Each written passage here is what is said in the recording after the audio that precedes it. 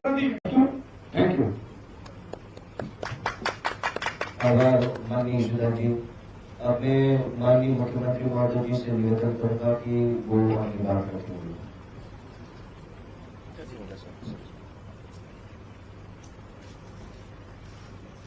आप सब लोगों को मेरा नमस्कार।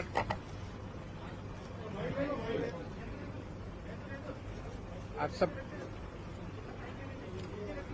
हेलो आप सबको मेरा नमस्कार। मंच पे मौजूद यशोदान भाई, गोपाल भाई, मनोज भाई, गुलाब जी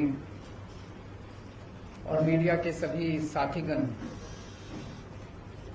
सबसे पहले मैं आपको एक छोटा सा किस्सा सुनाना चाहता हूं।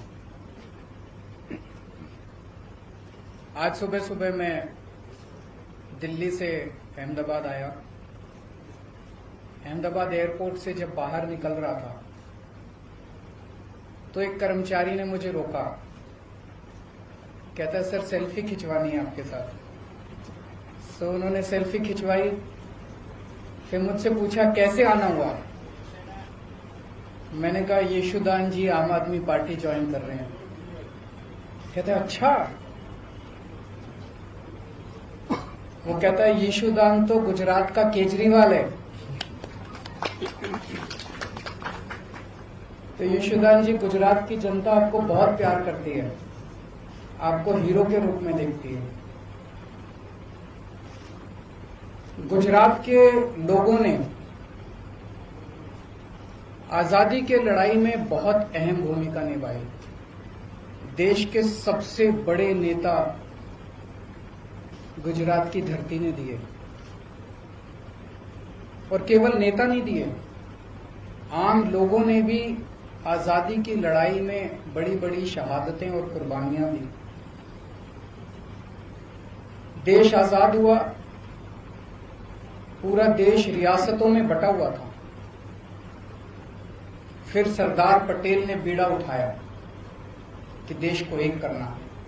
रात दिन 24 घंटे मेहनत करके उन्होंने पूरे देश को इकट्ठा किया। उसके बाद क्या हुआ? पिछले 75 साल अधिकांश कांग्रेस और बीजेपी की सत्ता की कहानी है,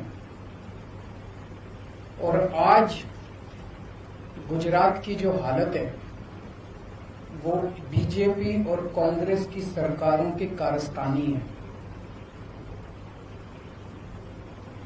पिछले 27 साल से गुजरात में एक ही पार्टी की सरकार है, लेकिन पिछले 27 साल इन दोनों पार्टियों के गठजोड़ की कहानी है, दोनों पार्टियों की दोस्ती की कहानी है। कहते हैं, मुझे नहीं पता, आपको तो ज्यादा पता होगा, कि कांग्रेस बीजेपी की जेब में है। जब जब बीजेपी को जरूरत होती है तो माल कांग्रेस सप्लाई करती है। ऐसे कैसे चलेगा? गुजरात की कौन सुध लेगा? आज गुजरात के किसान आत्महत्या कर रहे हैं 75 साल के बाद।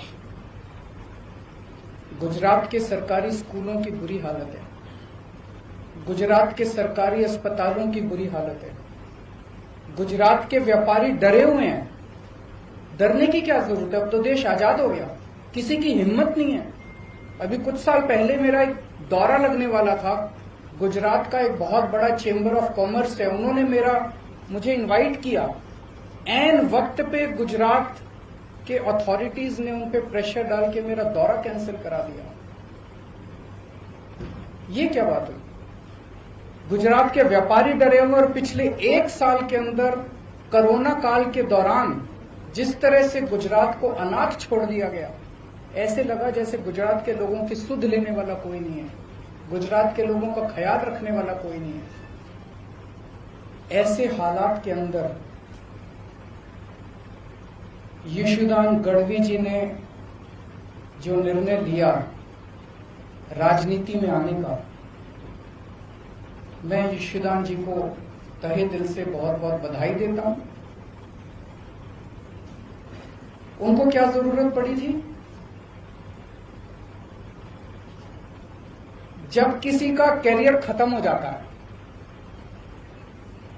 जब किसी को कोई पूछने वाला नहीं होता, तब अगर कोई छोड़ छाड़ के राजनीति में आए तो समझ में आता है। लेकिन अगर कोई अपनी कैरियर की पीक पे अपने कैरियर को लात मार के राजनीति के अंदर आए तो वो गुजरात की जनता के लिए आ रहा है। पिछले कुछ सालों से यशोदान जी अपने टीवी चैनल के और अपने कार्यक्रम के जरिए एक एक आम गुजराती की आवाज बने हुए थे, उनकी आवाज उठाते थे। लोग उनके साथ अपने आप को रिलेट करते हैं। आज गुजरात का हर व्यक्ति यशोदान जी के साथ रिलेट करता है। लोगों को लगता है कि वो हमारी आवाज उठा रहे हैं, लेकिन सिस्टम के बाहर रह के आवाज उठा के समस्याओं का समाधान करवाने की अपनी एक सीमा है। सिस्टम के बाहर रह के हम नुक्स निकाल सकते हैं, शोर कर सकते हैं, आंदोलन कर सकते हैं, टीवी के ऊपर आवाज उठा सकते हैं, डिबेट कर सकते हैं, न्यूज में दिखा सकते हैं। लेकिन अगर सामने वाली सारी पार्टियां मिली हुई हों और उनको सुनने की जरूरत ही नहीं है, अगर सामने वाली पार्टियां कहे जो करना है कर लो, हमें तो कोई परवाह नहीं है, तुम जितनी आवाज उठानी है उठा लो, हमें तो कोई परवाह नहीं है, चुनाव का नतीजा तो पता ही है, हमें तो जीतना ही है, तो फिर क्या करेगा कोई आदमी? तो इन्होंने तय किया कि अब सिस्टम के अंदर जाके, कीचड़ के अंदर उतर के कीचड़ को साफ करना पड़ेगा। मैं समझता हूं कि ये इनका बहुत बड़ा त्याग है। ये छोटी बात नहीं है कि अपने कैरियर के पीक के ऊपर, कैरियर के टॉप के ऊपर जब कोई आदमी बैठा और वो अपनी कैरियर को लात मार के अगर वो राजनीति में आया है, तो मैं समझता हूं कि उन्होंने बहुत बड़ा त्याग किया है।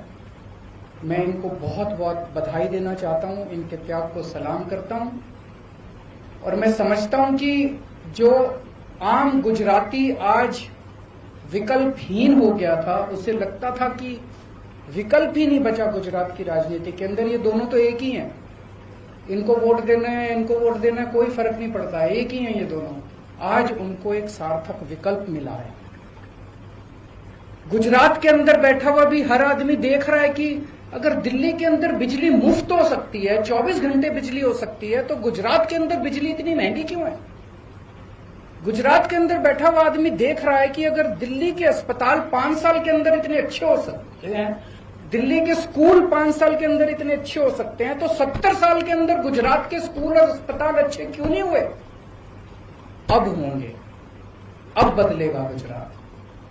अब यशोदान भाई ने जो बीड़ा उठाया, मैं भगवान से प्रार्थना करता हूं, आज हम सब लोग मंदिर में बैठे हुए हैं, पवित्र स्थान पे बैठे हुए हैं, मैं भगवान से प्रार्थना करता हूं कि जो सपना, गुजरात के लोगों का सपना पूरा करने का जो यशोदान भाई ने संकल्प उठाया है, वो यशोदान भाई, गोपाल इटालिया जी, मनोज भाई, इनकी पूरी टीम गुजरात के 6 करोड़ लोगों के साथ मिलके, अब सब मिलके गुजरात को बदलेंगे।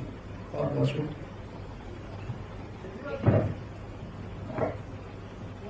गुजरात बदलने की बात कर रहे हैं, तो 2022 में असेंबली के इलेक्शन भी आ रहे हैं। आम आदमी पार्टी यहाँ की जो 182 सीट है, वो सभी में कैंडिडेट खड़ा रखेगी, सभी में कैंडिडेट खड़ा करेंगे।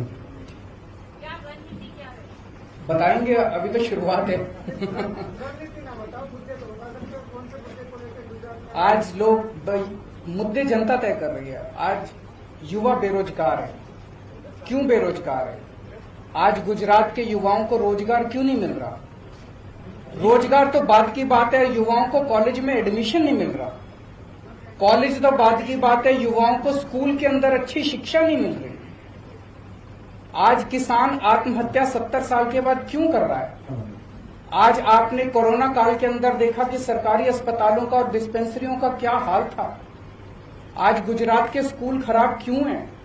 गुजरात के व्यापारी नाराज क्यों हैं? कोई भी तबका आप उठा लीजिए, मोटे मोटे तौर पे गुजरात की राजनीति खराब है, क्योंकि ये दोनों पार्टियां मिली हुई हैं, दोनों ने तय कर लिया मिलकर चुनाव लड़ेंगे। और जब दोनों मिलके चुनाव लड़ते हैं तो उनको जनता की सुनने की जरूरत ही नहीं है। वो कहते हैं जनता जाए भाड़ में, हमारी तो चुनाव का नतीजा तो तय है। गुजरात जो अड़ीखम गुजरात बोलते हैं, तो क्या दिल्ली मॉडल गुजरात होगा? नहीं, हर एक राज्य का अपना मॉडल होगा। दिल्ली का मॉडल दिल्ली मॉडल, गुजरात का मॉडल गुजरात मॉडल। किसी भी स्टेट की अपनी समस्याएं हैं, अपने समाधान हैं, अपना मॉडल है। गुजरात के 6 करोड़ लोग अपने विकास का मॉडल खुद तय करेंगे।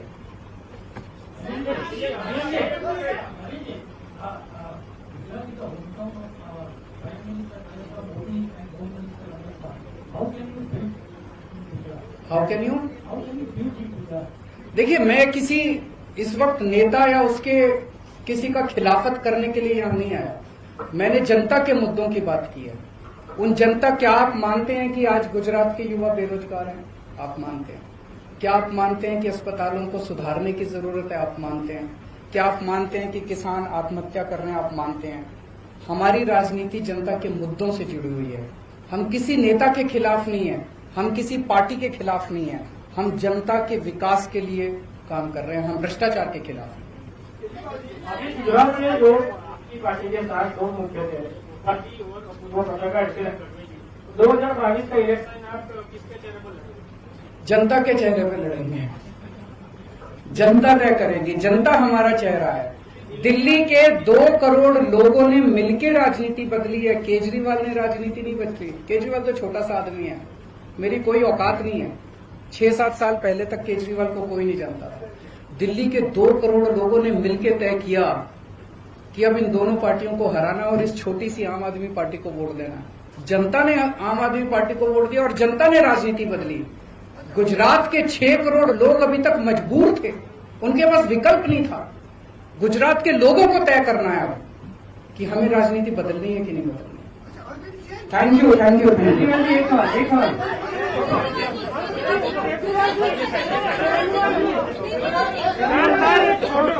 हाँ, सभी लोग प्रदेश कार्यालय पहुंचे। सभी लोग प्रदेश कार्यालय